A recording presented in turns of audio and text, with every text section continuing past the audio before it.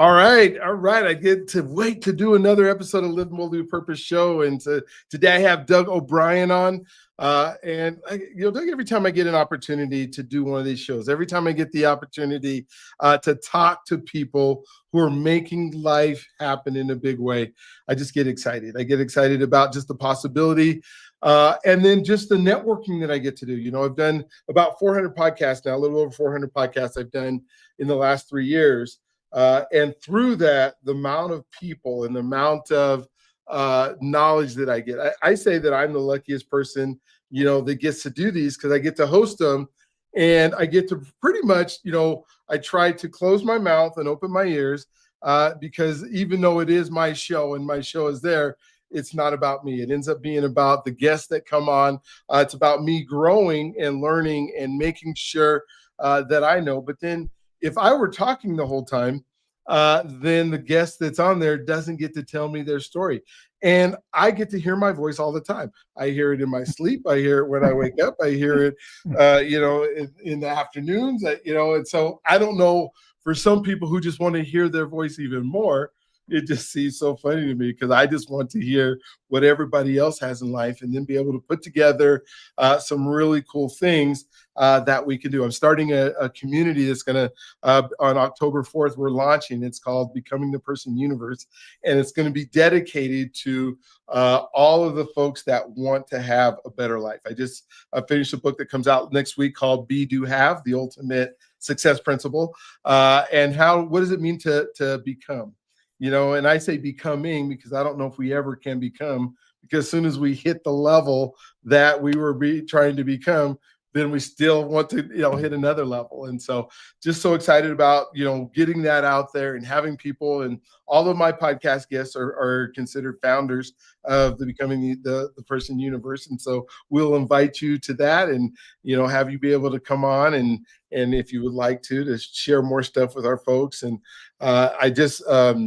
I actually, the book that's being published that comes out next week, I wrote it, last year, but I just finished one called Relationship versus AI. So I've been using AI like crazy, trying to not only write the book, but I want to tell you guys, Doug is real. He's not. He's not. Prove it. I promise you that I'm not making up my guests now and having conversations with a computer and making it seem like so. But just all the things that go into relationship. And so the reason I said it, because I'm so excited about the relationships. And the reason I'll never stop doing this podcast is because that is what relationships are. As much AI is out there, it's not going to take the place of empathy. It's not going to take the place of some of those other things. So I'd love to hear your thoughts about that as we get going. But before we do that, if maybe you can just share with us, who you are. Like I ask all my guests to share where they came from. And, like I said, you can tell your story wherever you decide that it should begin. And then you can't get it wrong. Sometimes my guests are nervous about telling their story. Like, even if you lied, there's absolutely no way I would know that this didn't happen to you when you were like 13 years old. So just, please share with us. I can't wait. Then we'll chop it up after that and have some fun. But welcome to the show. Thank you for being on. Thank you for taking your time today to be part of what we're doing. So it's my pleasure. Thank you so much for having me. It's an honor to be here. So my story, golly, interestingly, I, like you, listen more than I talk to people. I have my own podcast. I have a podcast called the Essential Coaching Skills Podcast. And I have had a few solo shows or just me talking, usually encouraged by people who say, I want to hear from you. So I do that. But 9 times out of 10, I want to interview other people. I'm learning, I have been around the block a few times. I was born, a long time ago, in Buffalo, New York, and moved to New York City, where I am now currently residing, in 1980 to play in a rock and roll band. I was a rock and roll musician. I was a classically trained pianist, but I played Carnegie Hall in April of 1980, and I was playing CBGBs by December of 1980. So a little varied approach to music making. But CBGBs, for those who don't know, is a punk rock center back in the 80s. And so, yeah, I was in a punk rock band. My first punk rock band was called Ultraviolence because, Really? yeah, that's It's cool. Yeah. Ultraviolence. Okay. That's a appropriate name for the 80s. Absolutely. 100%. We were all wearing the it wasn't, I didn't come up with the title. So you just, so you know. Oh my gosh. Yeah. So then, I was playing music in different bands. That band lasted about a month. I mean, it was a very volatile time. Let's just say. So that band, it was more than a month, but it was a short-lived band. And you can actually find it in some history books, but it was, different members every couple of weeks that people came and went. And I came and went in about 6 months' time. So my next band, we stuck around for a few more years. We were playing bigger venues like Studio 54 and stuff. But somewhere around 1985, my girlfriend at the time dragged me kicking and screaming to this Tony Robbins workshop, a firewalk experience. And Tony, nobody knew who Tony was at the time, including me. He was this 24-year-old kid. He hadn't written any books yet. He was doing this firewalk experience at a whole life expo, where people put pyramids on their heads and stuff. So it was pretty wacky place. But I went because I had to. And it was really cool. I don't know if you've ever been to any of this sort of thing like that, but Tony is an amazing speaker, and he did this amazing seminar all about, how you use Neurolinguistic Programming, or NLP, to change your thoughts, change your internal representations, and thus change your experience, even so much that you could walk across hot burning coals. And it worked. It was amazing. I didn't burn myself, and it was like really, really cool. I wanted to learn more. So long story short, I did. I got in onto the staff, and I was a musician, so I had no money, but I had sweat equity, if you will. So I sort of worked my way up to go into the certification course, and I went to get certified in NLP. I got certified in NLP. Okay.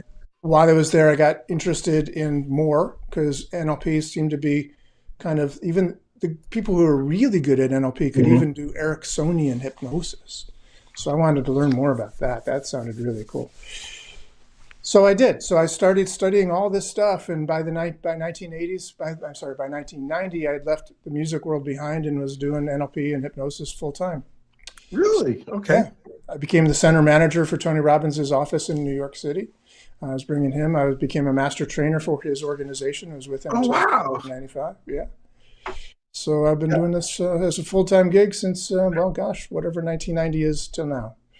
So you've been with Tony for 30 some years, or no? I quit Robbins research in 1995. Okay. Sorry, 1995. Okay, gotcha. So 95, I said, I keep starting a business, then I go out to a seminar with Tony, then I start my business, and I just go out to a seminar. It's like I should probably buckle down and just focus on my own stuff. So in 1995, I started doing that. Yeah, I remember I think it was early 2000s the first time I went to, Unleashing the Power, whatever, and, did we were in LA somewhere, and we, out in the parking lot, and, walking on the hot coals, and, that was so cool to be able to do that. And then, since then, been a super fan of all the stuff Tony's done, but, I never, jumped into his organization, or, I wanted to go to Date with Destiny for a while, then end up going to like a Tom Hopkins one, or all these other folks that are out there that I've been, for the last, since the late 90s, jumping into different things and doing stuff. So that's so cool and interesting that you were able to do that. So I guess my question would be, since you've been doing that all these years, and Tony talks a lot about identity, and so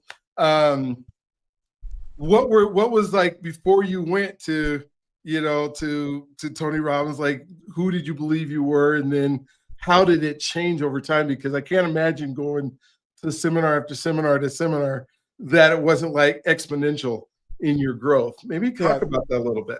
That's why I am the God that I am today, because I kept going to those seminars. I have absolutely no problem. But yeah, so great question. Thank you very much for that one.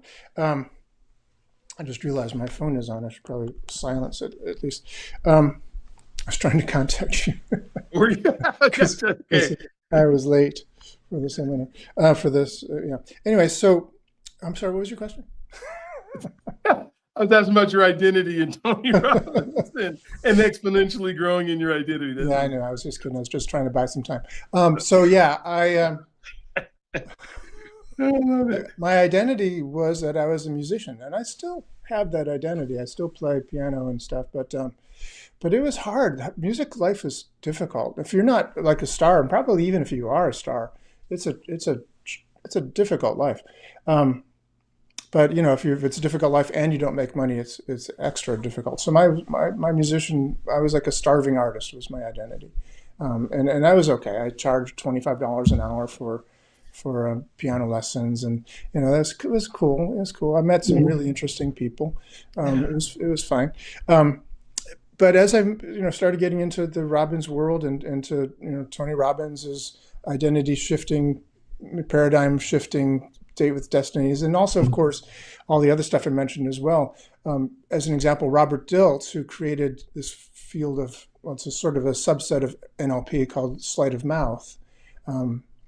He has this idea that we have the highest logical level, 5 logical levels, is our identity level. And then there's actually 6 and 7 levels where you go to purpose and mission beyond your identity. But a lot of what you do to set up an identity is your behaviors. The more you do something, the more it becomes who you are. Like as an example, if I take up running because I'm overweight and I want to combat heart disease, and so I start running every day, pretty soon I'm running better and better, and after a while, I'm a runner. Right? I'm not just a guy who's trying to get fit or trying to get in shape, but after a while, I'm a runner. That's who I am. Yeah. Because it's what I'm doing all the time. This is actually, by the way, the subject of my next book, which is called the EASE method for goal setting, goal getting. Haven't decided on the title yet. But that idea is that we become what we do, what we repeatedly do. As Aristotle once said, excellence is a habit. It's not something that we just decide. It's what we repeatedly do. So we want to do the things that are going to be best for us to become who we want to be. So if you want to be a writer, then write. Even if it's a paragraph a day, just write. Every day, do something. Write. If you want to be an athlete, exercise, go to the gym, work out, do something every day. So along the way, I developed this identity of myself as being, a teacher. I've been a teacher for a long time, when I was piano teaching to NLP teaching and hypnosis teaching. But I was a teacher, I was a coach, I was one of the first people certified by Thomas Leonard, who invented the field of coaching back in the 1990s. So I became a coach. So I wasn't just a struggling artist. I was more of a leader, more of a mentor or a coach for a lot of people. And that fits good. I like that. It fits well. And it's in a really, the thing about coaching as opposed to being a therapist, although I've been trained in lots of modes of therapy, is that to me it feels like this. And this may be wrong, and coaches out there, therapists out there might disagree. But to me, it feels like the basic paradigm of coaching versus therapy is that coaching is about taking a person where they are and getting them to where they want to go. And therapy often is about finding out what's wrong with you and going back into your past to try to find the cause and the root of it so that you can fix it. Both are great, good, but I feel just more drawn to the saying, here, this is where we are, this is where I want to get to. And how do you get from point A to point B? As Tony Robbins used to say, the past doesn't equal the present. Yes. Yeah. It's what you do from now on that is going to be important for your life. Well, it's cool that you brought that up, because I've asked several of my guests, to help me define the difference between, therapy and coaching and the need for therapy. And I think there's, so many of us that at some point in our lives, when things had happened, whether it's trauma or just things that we don't understand, where therapy fits in. But I've been, coaching track and a whole bunch of other stuff for the last 38 years of my life. Oh, cool. And I think of all the things, when I'm coaching, whether it's a business person or it's an athlete, it's looking at how do we make sure you get the future we're trying to get? How do I help you get that? Where in the past is where, when we're thinking about, the therapy, it's like, how do we get you in a place so that you can be coached? You know, and I know some of it happens simultaneously, Yeah. but I can't get through to you if there's roadblocks and there's all these things that you haven't dealt with to even talk about what we do next, because you're so busy in the past and sometimes living there. And that's why I think the therapy allows, I mean, you can talk to me a little bit about, but that's where kind of the therapy helps us get to the point where we go, wait a minute, that isn't as important as I've been making it every day when I get up in the morning and thinking about it and dwelling on it and making sure. So now I can really start thinking about my future, but I don't know how to get there. I mean, That's well said. And trust me, I've been in therapy. I've went to therapy for years, and I needed it. Part of the reason I got into NLP and hypnosis is I needed it. I didn't go into NLP. I didn't go into hypnosis because I thought, I think I need a career change. Maybe I'll do that. It wasn't that. I got into it because I needed the help. And what was great about the mixing of having both therapy and coaching, if you will, or the NLP and hypnosis stuff, is that with the therapy, over time, I could sit in my therapist's office every Tuesday at 6 o'clock or whatever it was, and we talk about stuff, talk about the childhood, and we would get deep insights into where all this came from in places where I had been challenged. I don't want to say damaged, but maybe damaged too. Damage happens. But then with the NLP and the hypnosis, there was something I could do about it. There is a way to actually make a change about that and to move forward and clear that obstacle, so I could then get into coaching, as you said. Yeah, and I guess with the therapy, well, either way, like if you were to find a good therapist, should it end or should it be something that goes over? And then if we jump to finding a good coach, should you surpass your coach, or you still always need a coach? Maybe not the same way. Kind of talk with me about both of those scenarios. Well, that's a very good question. It reminds me of a story. You know who Jack Nicklaus was? Of course. Golfer, yeah. Excuse me. He may be one of the greatest golfers, certainly one of the greatest golfers who ever lived. He had this really interesting habit that he did. Every year, throughout his career, he would go back home to his little hometown of somewhere in Ohio, and he'd go back to his original coach, and whose name was also Jack, so don't get confused here. So Jack Nicklaus would say to his coach, Jack, I'm a beginner. Teach me how to play golf. Wow. Yeah. Wow. And every year, this guy has won more Masters than anybody else ever, including Tiger Woods. He's won more than anybody else. And every year, he would go back to his old coach and say, I'm a beginner. Teach me how to play golf. And he would. The guy would say, okay, well, this is how you hold the club, and this is how you address the ball, and just break it down step by step by step. I think he was probably a quick learner, but still. yeah, something happens when you've won all those. I'm just teaching fundamentals again that I picked those up pretty quick. Oh my gosh. Yeah. That makes so much sense. And then on the therapy side, what makes a great therapist? I mean, is it that they get through stuff, or is it that they just help you open your mind to possibilities? What? Yeah. Well, that again is an incredibly deep question, actually, because there is a whole lot that goes into making a great therapist. First of all, there's training involved. It's not quick to learn to become a great anything, really, but to become a great therapist really requires some study.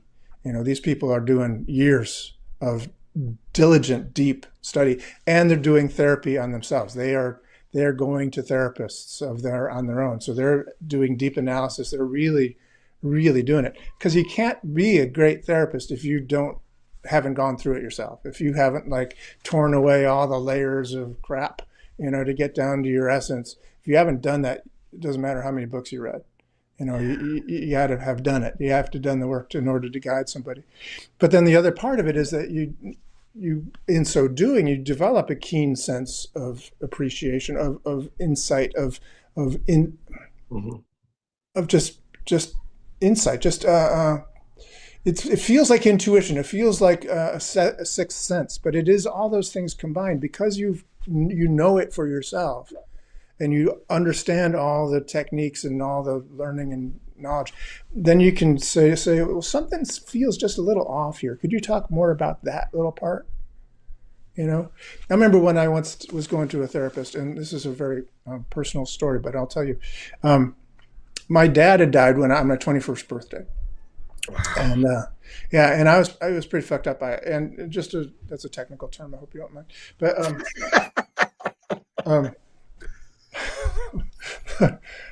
it took me a few years to realize I needed therapy.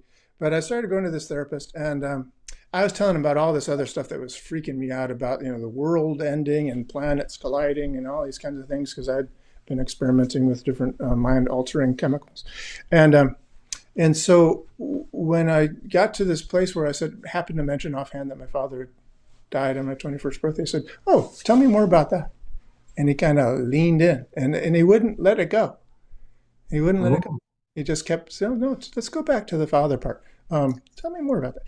So he just kept, so he identified his little sore point, and he kept pushing on it, just kept pushing on it. And it was pretty amazing. And that was an incredibly breakthrough session that ended up in tears. I was just in tears. And he asked me to wish him dead, because my father had been kind of an alcoholic person, and unresolved things in his own psyche that he never resolved. So it was a tumultuous childhood, let's just say. So there were times in my youth where I said, I wish he was dead. Right. And then he died on my birthday, as if I'd gotten like a birthday wish, like I'd blown out the candles. It's like, oh, it worked. It worked. Oh my gosh. Yeah. So I didn't, nothing like that happened, of course. But he said, "Okay, I want you to wish me dead."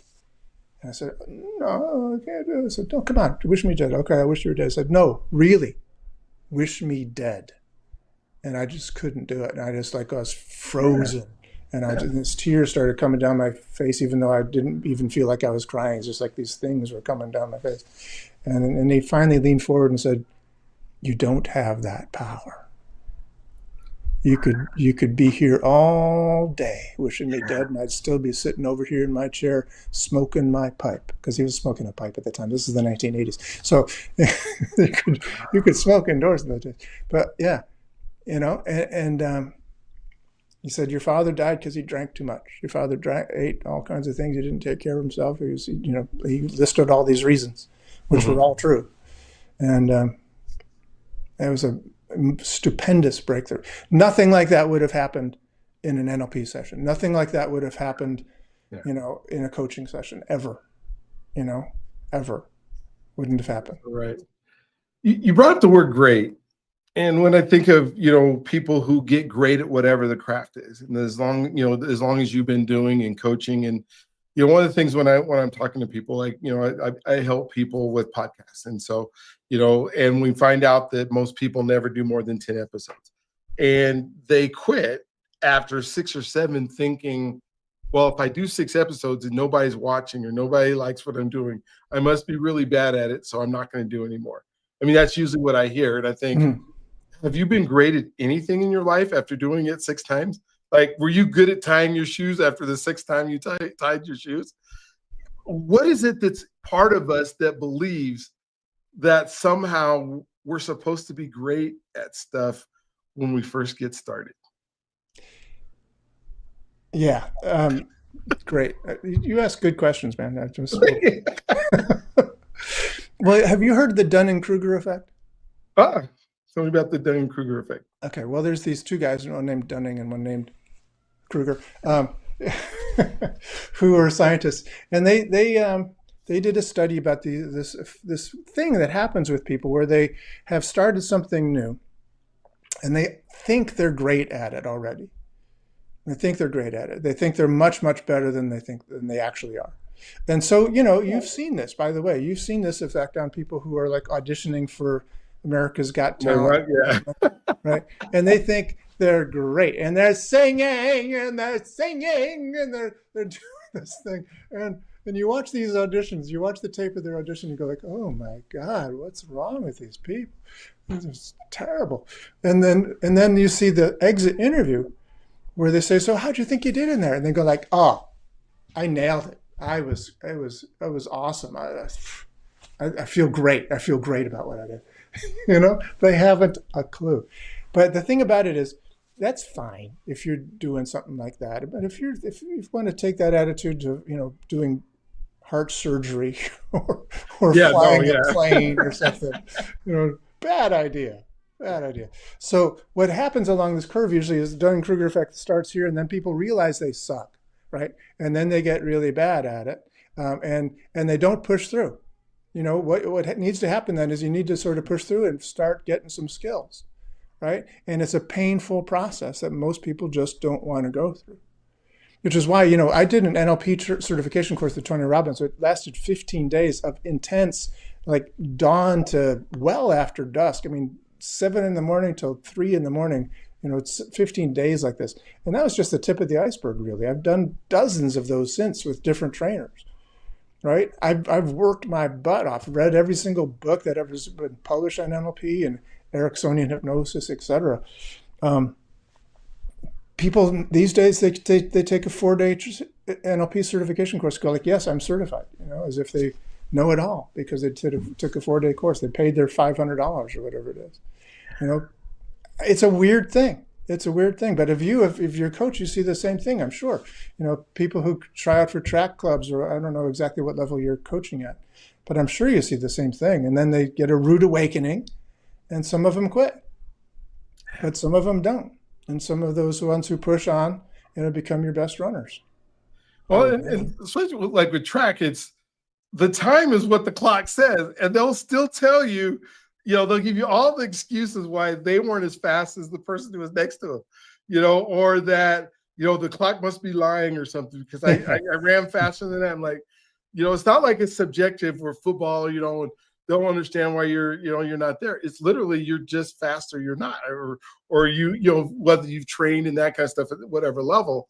But it's so amazing to me that, like you said, that effect where people just believe that they are the fastest or the best or whatever it is that they've decided and haven't looked. I don't know if they're just not looking in the mirror, but it stops so many people from achieving.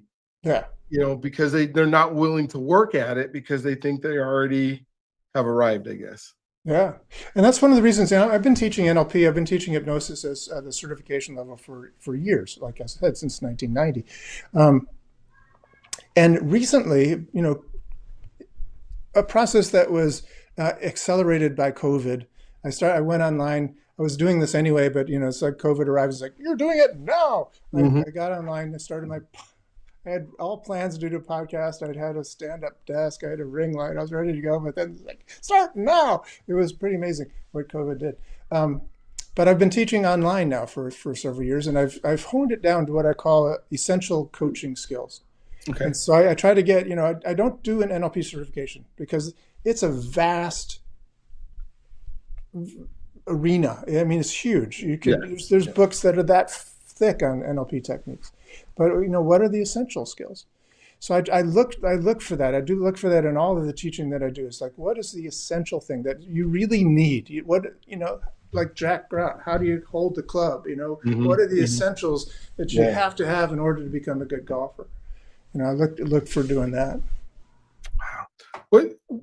We talked a lot about NLP, and you and I are not 25 anymore. We're not even 30 anymore. And so we've been around long enough to know and have heard it and been in circles where that makes sense. But for those that are watching now that don't really, you've been saying NLP for a while, maybe just give us a basic, like you said, there's books this thick that to understand it, but at least be in the context of what we're talking and how it would help an individual to be able to move forward in their lives. Well, there are some very simple parts of NLP that are applicable immediately. But let me just give you a description for people who have never heard of it before.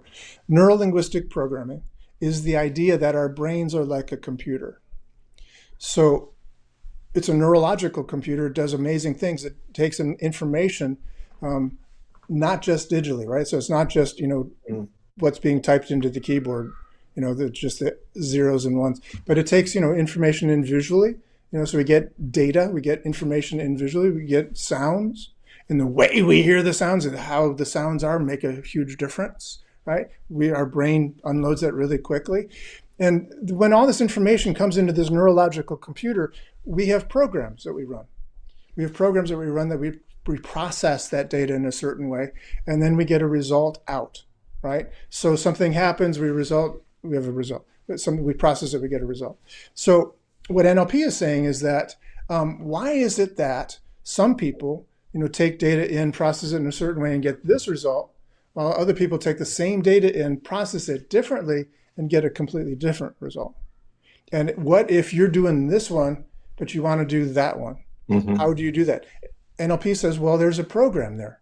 So if there's a neurolinguistics, a language of this neurological computer, like it's the computer language of the brain, if this computer language, this neurolinguistics is present and we can decipher it, then we can program this brain to run a different process, and we get a different result rather than one that's been factory preset, if you will.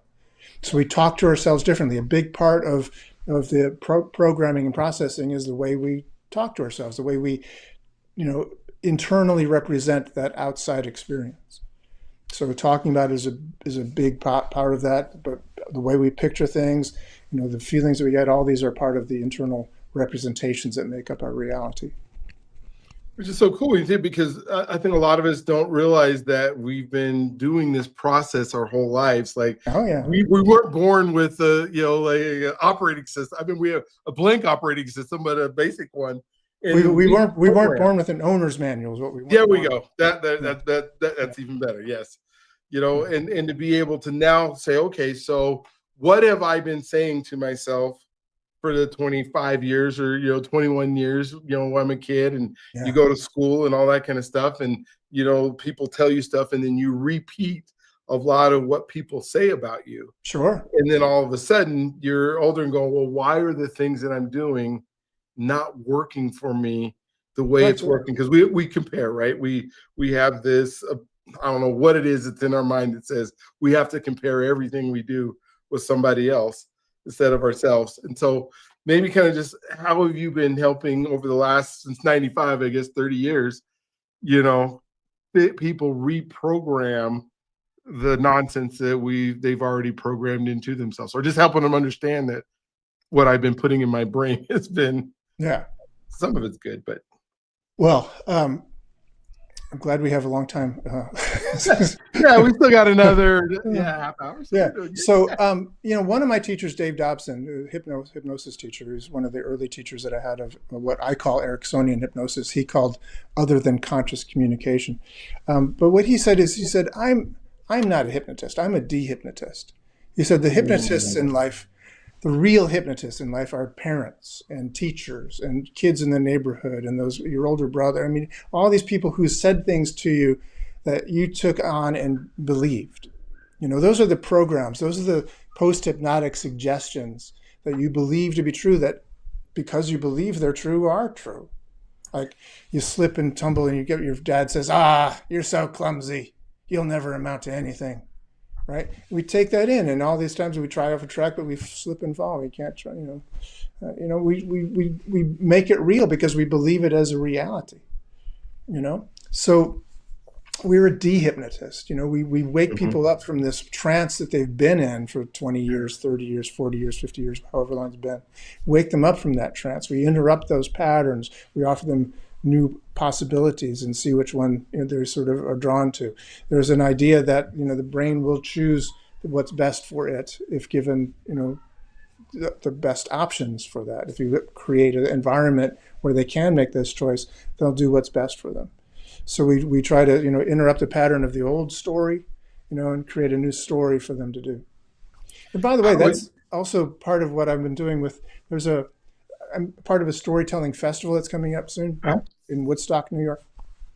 I've been doing stories for a while now. My latest book is called The User's Guide to Storytelling. So it's a big piece of what I do.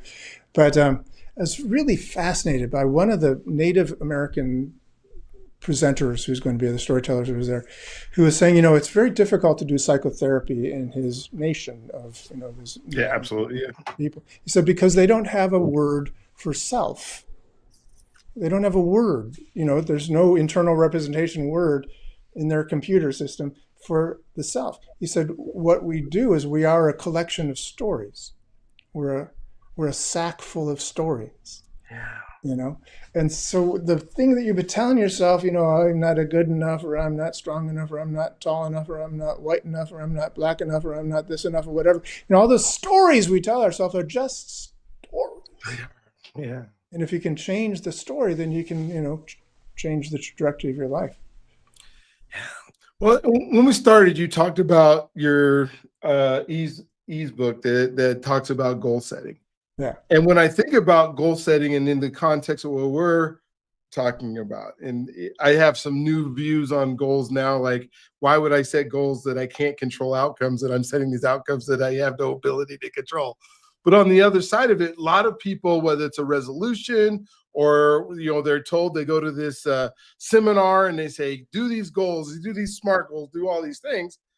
But if your program is not set up to be able to achieve that goal, you have to change the programming before you can even, I mean, you can attempt the goal, but you just continue this failure cycle of, why do I never hit my goals? Mm-hmm. Is that something that you really help people through? Is absolutely. Why are you making these dumb, you know, I'm sure you don't say that, but why you can't make this goal right now because you have no ability to be able to achieve it.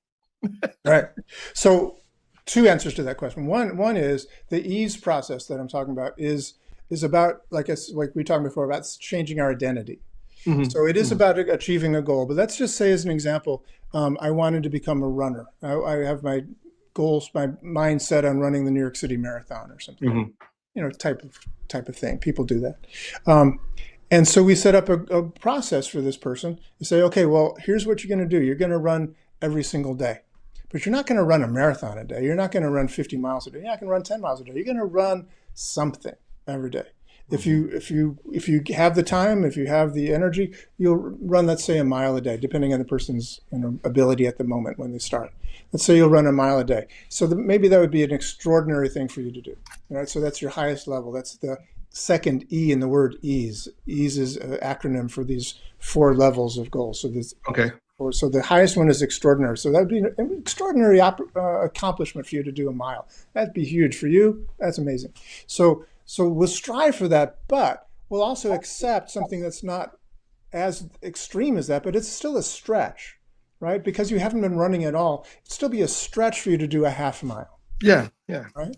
So, and if you can't do a half mile, we will accept an acceptable level of a quarter mile, right? So if you get out because you haven't been running at all, I know you want to do a mile, I want you to do a mile, half mile would be okay, but you know, if you just do a quarter mile, I will be thrilled with that. Right? That's a great start. But tell you what, if you can't even do that much, if it's like a crazy busy day or the weather's horrible, there's a hurricane out there or whatever, you know, tell you what, at least lace up your sneakers, put on your running shorts and go outside go up to the corner and back, right? Just do something, you know, get off the couch, right? Get your ass off the couch, because there's a law. I don't know if you know this, but there's a law. I think it's of thermodynamics. No, can't be right. But it's a law of something.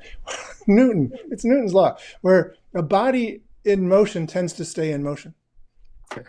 It's also got the second law. Maybe it's the first law. Maybe the background. But as a body at rest tends to stay at rest. Stay at rest. Right. So a body at rest tends to stay at rest. That couch potato will stay on that couch forever unless something gets it off that couch. Right. So we want to get it off the couch. So that easy level gets the wheels in motion, gets the body in motion. Then we say we'll do anything. Anything is good. Just do something. But every day you're doing something. Every day you're doing something until what? You start shifting your identity. Right? I'm no longer a couch potato trying to exercise. I'm a runner. I run every day. Are you kidding me? I run every day. And pretty soon those levels start to change too. You know, what was really extraordinary is now just kind of acceptable, right? You know, I can run a mile. That's easy, right? Yeah. So easy. Okay, let's put it down another level. That's what's extraordinary. 5 miles. Good. So we aim for 5 miles. We'll accept 3 miles. 2 miles would be great. 1 mile, that's easy for you, right? So we change these things. So that's the first answer to your question. But the second answer to the question is goals need to be. My neighbors are coming up the hallway here. I'm in my Brooklyn brownstone, and gotcha. Children are coming up the hallway, sounding excited. Wow, that's cool. We love the sound of outdoor kids. So, NLP says there are 4 keys to what they call a well-formed outcome. Some teachings I've taught it as 5 keys, and some people have 6 or 7 keys, but there are at least 4. And one of those keys to a well-formed outcome is that it is self-initiated and maintained. Okay. It's self-initiated and maintained. I need to be able to do it myself. Right? If my goal is to be, your favorite podcast guest ever, it's like, I have no control over what you think or do or believe. I have no control. I can do my best to be the best podcast guest I can be, right? I can be fascinating and flattering and all these kinds of stuff, but I can't make you do anything, right? I can't make you. So if my goal is to be your favorite, I'm out of luck, right? But I can be the best that I can be. Yeah, absolutely. Right. Absolutely. So one of those things is the best is self-initiated and maintained. That's one of the key goals to be well-formed outcome. Yeah, because that was my whole, as I've been told, hey, you got to set these goals. And I used to set goals, okay, I need to have, let's say, I need to have 100,000 subscribers would be a goal that I would make. Well, what control do I possibly have if it's somebody who hits the subscribe button? Exactly. I can be the best host, and I can be the best, and I can do those things. I mean, I guess I could go buy 100,000 subscribers. But then the goal needs to be, I need to make enough money to buy them, right? Oh my gosh, that is so cool. And so as you're now, you're writing these books and you're doing all these like incredible things to help other people understand, what would be the thing that you say you're able to help folks out with the most and where you're at? I mean, are you starting with beginners or just anybody on the spectrum? I mean, kind of walk me through the type of person that you're able to help as, people are watching this going, yeah, that makes sense. That makes sense. But what do I do next? Or what do I start? Or how do I get going? Okay, cool. Well, I do a number of things, actually. I am, as you said, I'm an author. This is my 3rd book that I'm working on. I've just released my 2nd book, The User's Guide to Storytelling. My 1st book was about the User's Guide to Sleight of Mouth, which, like I mentioned, is a sort of subset of NLP. It's a conversational belief system. It's great for sales, etc. But so I'm an author, but I also teach those things. I teach storytelling classes, and I teach NLP and hypnosis and sleight of mouth. So I help people become good at those things. Okay. I'm also a coach, right? So people hire me to be their weekly advisor and mentor and coach. I tell people, listen, I'm not going to do it for you, but I'll help you set a well-formed outcome that you can do for yourself. Yeah. Right. Yeah. And I'll show you the ease steps to get there, and I can, mentor you and push you and prod you. And just by the way, sometimes people do need exterior motivation, right? Oh yeah. You were talking before about, if you were a good runner, it should be enough to compare yourself to yourself, not compare yourself to that other guy who's faster than you or that person who's slower than you. But sometimes it's useful to say, yeah, I want to beat that guy. I want to catch up to him. I want to do my best to to catch up to him. It may be impossible. Some of these people are just amazing runners. I'll never win a marathon. I will never, trust me on this one, I'll never come close to winning a marathon, but I can strive to beat that guy. And by doing that, I can get myself to another level that I wouldn't have gotten to otherwise. No, I hear you, because one of the things that I've thought through a lot is the difference between comparison and competing. Mm-hmm. And so I want to compete like crazy with people, but I also know if I'm comparing myself, I have a different experience. There you go. And so my experience and their experience and my abilities and their abilities, especially when you think about athletics, part of that's DNA and what God gave you. Sure. And so I can't compare what you were able to do. No. But I surely can compete with you with what I'm able to do. There you go. Very nice. Very nice. Really cool to be able to do.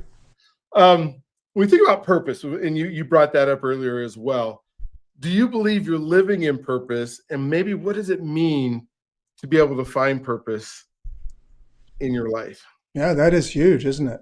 Yeah. I mean, that's kind of like the driver. I mean, if you have, like the propulsion system of a thing. If I had the best bike or car or motorcycle in the world, with the finest gear shifting and all this kind of stuff. But I had no motivation to ride it. If I had no competition to strive to beat, if I had no purpose to get on that thing to ride, I wouldn't. Purpose is everything, I think, in some regards. Without the purpose, don't get out of bed in the morning, right? So you got to have that, and it is an interesting conundrum, because what is your purpose? Is it a purpose that is a lasting purpose? Is it a path with a heart? One of my influences early on was a set of books by a man named Carlos Castaneda, who was said to be an anthropologist. So his first book was his doctoral thesis, where he was visiting with and learning from this Yaqui Indian medicine man named Don Juan Mateos. And so the teachings of Don Juan was his first book. And so one of the things, very beautifully written books that Don Juan always was teaching Carlos is, he said, is your path a path with a heart? Is it something that really is a true path for you? You might be motivated to beat that guy, but are you really a runner? Is that your purpose in life? You might be motivated to be the best, whatever, but is that your real purpose in life? So it really is a kind of question that you need to sort of sit back and sit with for a while. Like, what is your purpose? Because when you do connect with it, then you get on that bike and you ride like crazy. You have purpose, you have motivation, you have a reason to pedal, you have a reason to drive that incredible vehicle that you are.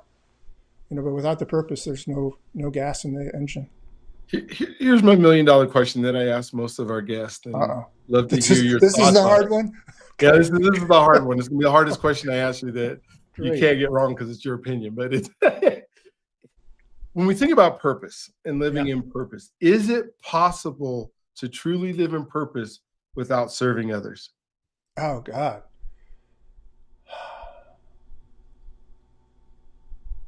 Wow. I don't think so. Yeah, I don't either. I haven't found anybody yet who said without and I tried to question, like I talked about it on my last one, a guy that puts my printer together and puts all the parts together. But ultimately, if that's his purpose in life, to create this, he's creating a machine that serves others. Not even be directly, but I don't know if there's. It's an interesting question. I have known a lot of people, and I've never known anybody whose behaviors didn't help others on some level. Like the computer guy or whatever. But even artists, like I said, I'm a musician still, right? Mm-hmm. I went to music school because I wanted to be a performer, right? I wanted to be a rock and roll musician, or I wanted to be a concert pianist. Either one of those would have been fine. I'll just keep playing and you decide where you want me to be. But even after I quit music, I'm still a musician.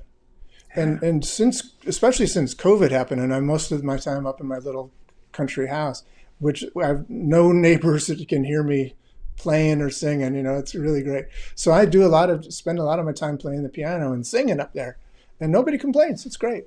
But as much as I like that, I really like performing too, so I'll go out and do these open mics and I'll just play the piano for people and they sit back and they listen. And I long ago got over my stage fright because I'm just sharing now, I'm not trying to prove anything, right? I'm not trying to prove anything. I'm just sharing. Isn't this pretty? Listen to this one. You're going to like this one. This is nice, and it's just sharing. And it's a beautiful thing. Yeah. When I think that's a really good point, because the fear factor when you're truly living in your purpose is diminished greatly. Yeah. Because you're not doing it for you. You're doing it because of the pleasure you're bringing to other folks. And it becomes, like you were talking about in in our Native American culture, that if there's not a word for self, then what is the fear? Because most of the things we fear are ourselves and the things and how others will perceive us or what we think others are thinking. But when you're truly serving somebody in your purpose and you know that that's why you're there, you're not worried about what other people are, how they're perceiving you, because you're living that, right? You're living that life. Yeah. for sure. Yeah. So, there are a lot of things I do without thinking about other people. Like when I'm sitting out playing the piano, I'm in my house by myself. I'm thinking about like Chopin, and I'm thinking about this particular chord sequence or whatever. But, ultimately, as great as that is and how satisfying as it is, the greatest satisfaction is when I am sitting in front of an audience of people and they get to experience it with me. Storytelling. I mean, come on, storytelling. It's storytelling. I can tell the story into a mirror. That does nothing for me. But if you put me in front of an audience of people and let me tell some stories, it's like, whoa, that's something. That is really an amazing experience. Yeah, and I think about the whole becoming world where you go, our most incredible joy that we have is when we're learning or giving what we've learned to others. Because you can learn all you want, right? Say you're in a bubble and you're in the mountains for 20 years and you learn as much as can be downloaded into your mind and everything.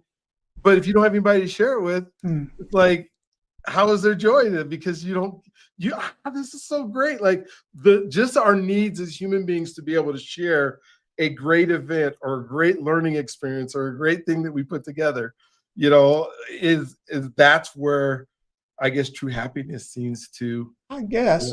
It's an interesting question. And, when you stop and think about it, a lot of cartoons, right? You've probably seen some cartoons where people climb a mountain and there's this sage sitting on the top of the mountain, in meditation, and so, oh, wise one, what's the answer to life? As if that person who's been in the middle of, nothing for years growing this, they know the answers to life and maybe they do, maybe they do. Maybe those wise people and those gurus on the mountaintops do know.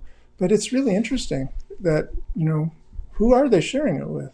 And is it just a circuitry that needs to happen in the universe for the universe to just sort of be there in this brain and it's a weird thing to be thinking about. Sure. But now that I was thinking about yeah. Well, even monks don't live by themselves.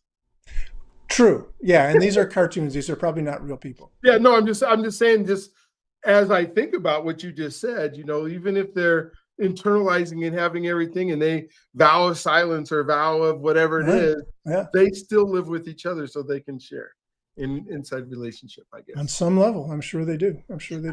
Yeah, for sure. My last question before I just ask you to share is, I'm living in this world of AI now, as you are, and we're trying to figure this out. Yeah. How is AI affecting the things that you do, or is it something to embrace, or is it something to run from? And it doesn't even have to be this long philosophical question. It just could be in your mind right now. What do we do with AI? Well, we embrace it. Okay.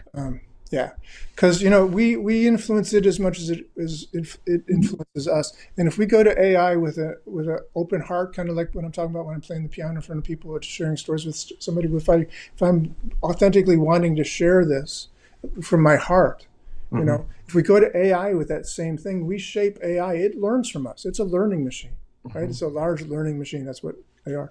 So they're learning from the questions that we ask, our purpose for doing it, etc. So we are influencing AI as much as it's influencing us. So we embrace it for sure. That is the only choice. We must embrace it. Yeah. So my last, what didn't we talk about that you wanted to make sure that we spend a few minutes on as we do this show? And sometimes I'm just so selfish because I ask you all the things that I want to know so I can learn. But I know you came on my show not just to have me ask you questions that you had to answer for me. Well, no, I'd love talking. This is so much fun. I'd like to know from you, like, what you say you're a teacher or coach of track and field? Track and field is what I've been doing for 38 years. Tell me more about that. What do you do? Coach high school or what? Right now I coach high school, but there's been times in my life where I was at the university and I got to coach some Olympians. And so wow. Were you an Olympian yourself? I was not an Olympian. I was an American, and I'm not as fast as the other Americans that I don't know if you remember. Yeah, you're old enough to remember Edwin Moses. Oh yeah. Right? And so I got to run in meets with Edwin Moses where I saw his back. I know his back really, really well. And another guy that took Edwin Moses' record, a guy named Kevin Young, almost every other week when we were running together. and I saw his back all the time. There's a whole bunch of other folks that at least I got to be in the race. But yeah, and had I probably lived in another country, I probably would have been an Olympian. But we have such talent here. And, God bless me. I'm not going to say he didn't. And I have enjoyed track and field for the last 38 years. What was your main race? What was your? It's called 400 hurdles. 400 hurdles is what I ran. Oh, baby. That's why Edwin Moses was the back. Yeah. Gotcha. So that was, impressive. I have run many a race, mostly 5Ks and marathons. Okay. That's sort of 5Ks and up to marathons.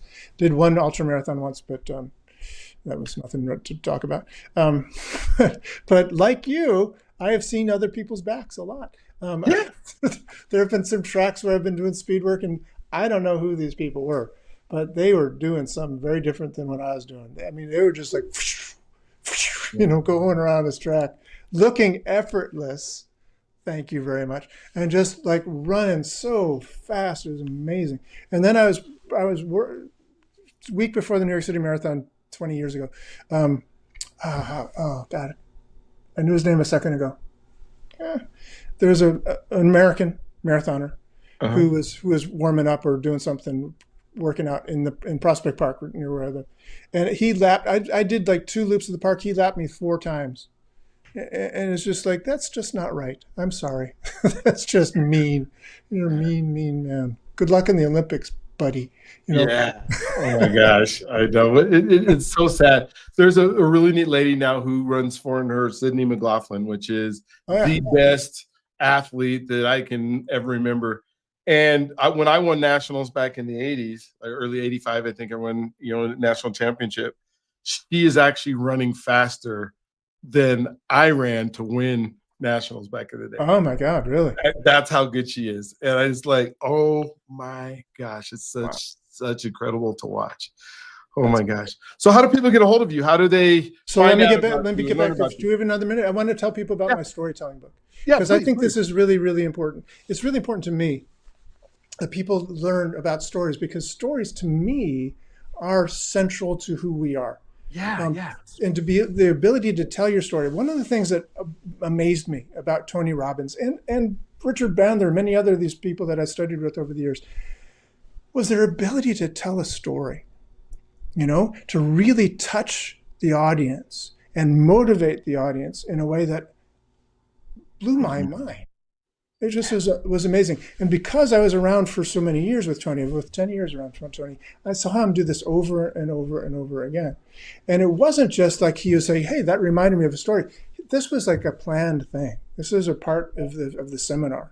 So they'd, the people in the back, and I'd be hanging out in the back with the guys on the lighting, and they would lower the lights, dim the lights a little bit.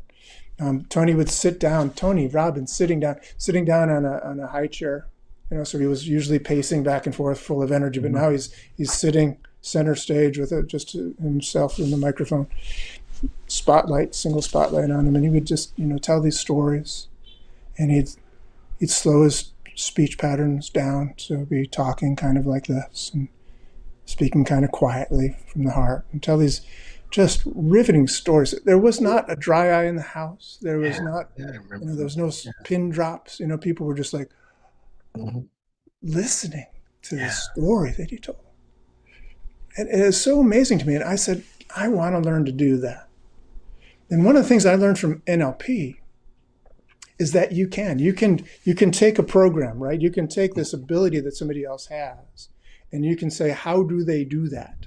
And you can, find that program and install that program in yourself, if you will, so that you can do that. Again, genetics, I can never run as fast as Edwin Moses or do things that Tony Robbins can do, whatever, but I can do better for me than I have before. Yeah. So I became a much, much better storyteller, much, much better trainer of NLP, hypnosis, whatever, piano teaching than I ever had been before, because I learned this skill. And that's why I wrote the book, The User's Guide to Storytelling, because I think it is so important that people can tell their own stories. Everybody has a story. Everybody has a story. And you need to be able to tell it so people get it. You know what I mean? Yeah. Oh, so good. And sometimes sometimes to get good at it, you tell other people's story. There's a game that we used to play all the time called Mafia. Yeah. And I could just make up stories the whole time. Well, when you played Mafia 1,000 times, you're pretty good at making up stories that then now, I don't mind telling my own story because I'm good at the art of telling a story that people. Interesting. I've never heard of that game. How's it go? How do you play? So basically, it's not even a card game. Basically, you just have a group of people, and you play this with large groups, like 15, 20, 30 people. Okay. And the way that you play the game is you say, okay, we are a town. And the mafia is trying to kill the towns, and the towns is trying to find out who the mafia is so they can win. So either the town wins or the mafia. And so we use cards or whatever to identify like 3 mafia players. And, let's say we got a group of 20. There's going to be 3 mafia. There's going to be a detective. There's going to be a medic that can save, and then you say, hey, in the sleepy town of, New York City in Central Park, something happened, and, somebody died. So that you tell the town to go to sleep. So everybody closes their eyes, and then you say, mafia, whoever the narrator is says, mafia, wake up. And then those mafia guys, they wake up, and they say, point to somebody that you're going to take out. So they come together and they point to somebody else that's on the, and so that person, then you say, okay, mafia, go to sleep. Okay, detective, wake up. And the detective wakes up and he tries to identify somebody, and you as the narrator say, yes, that's a mafia guy, or no, that's not. Then you tell him to go sleep. Then you tell the medic to wake up, and the medics, you'll save somebody. And hopefully the medic's going to save the person that the mafia tried to take out, but he usually tries to save himself. And then so they go to sleep, and then you go, okay, the whole town woke up. Now, as the narrator, I got to tell a story, back in that Central Park, while he was walking, somebody jumped out, and Bob, he just happened to stab you in the heart, or whatever it is, and you are no longer here. And if the medic picked him, but the medic was there in time, he saw you and he saved you, and everything goes good. Or they don't know. And so now the town has a discussion. They have a town hall, and they try to decide who they're going to vote against. So let's say it's they say, well, I think that Doug is mafia.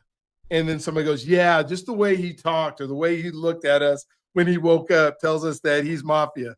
And now I'll say, okay, so, as a narrator, I'll say, well, now you got to, everybody, the town's going to vote whether we're going to banish Doug from the town or not, based on you guys have decided from my first and somebody's second. And now based on that, now, Doug, you have 30 seconds to defend yourself. Okay, this sounds like a really rip-roaring game. Is there drinking involved? Yeah, not usually, with our family anyways, but sometimes. Because I'm thinking of having a drink right now after you're telling me. Oh my gosh, but yeah, it gets pretty intense when people are trying to defend themselves as to why they're not mafia, and then town banishes them. So, so it's a fun game that we've been playing. I've been playing for 30, 40 years. So really, yeah, my kids love it. Every time we get together for Thanksgiving, they say, let's play mafia, let's play mafia. No kidding. I have to get a little bit more details on it. Thank you for sharing. Cool. Well, so how do people get hold of me? If they Google Doug O'Brien, they'll find me. I'm not the hockey player, but I'm Doug O'Brien. Doug O'Brien Hypnosis. Also, I have a website called Essential Coaching Skills, and my podcast is also Essential Coaching Skills Podcast. So that's a pretty easy way to get hold of me.